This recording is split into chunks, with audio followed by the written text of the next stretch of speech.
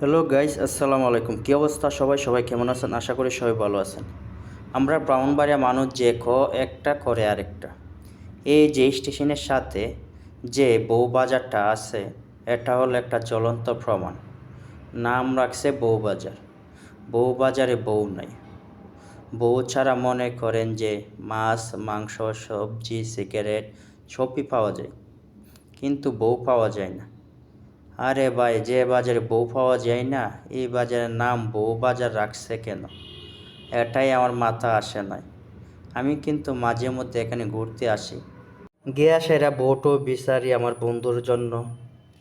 আরে কিরে ভাই, এত সুন্দর বউ বাজার, সব কিছুই পাওয়া যায়, বউ পাওয়া যায় না। এই জায়গার নামটা বউ বাজার রাখলো কেন? অন্য কিছু রাখতে পারতো। আপনারা কি বলেন?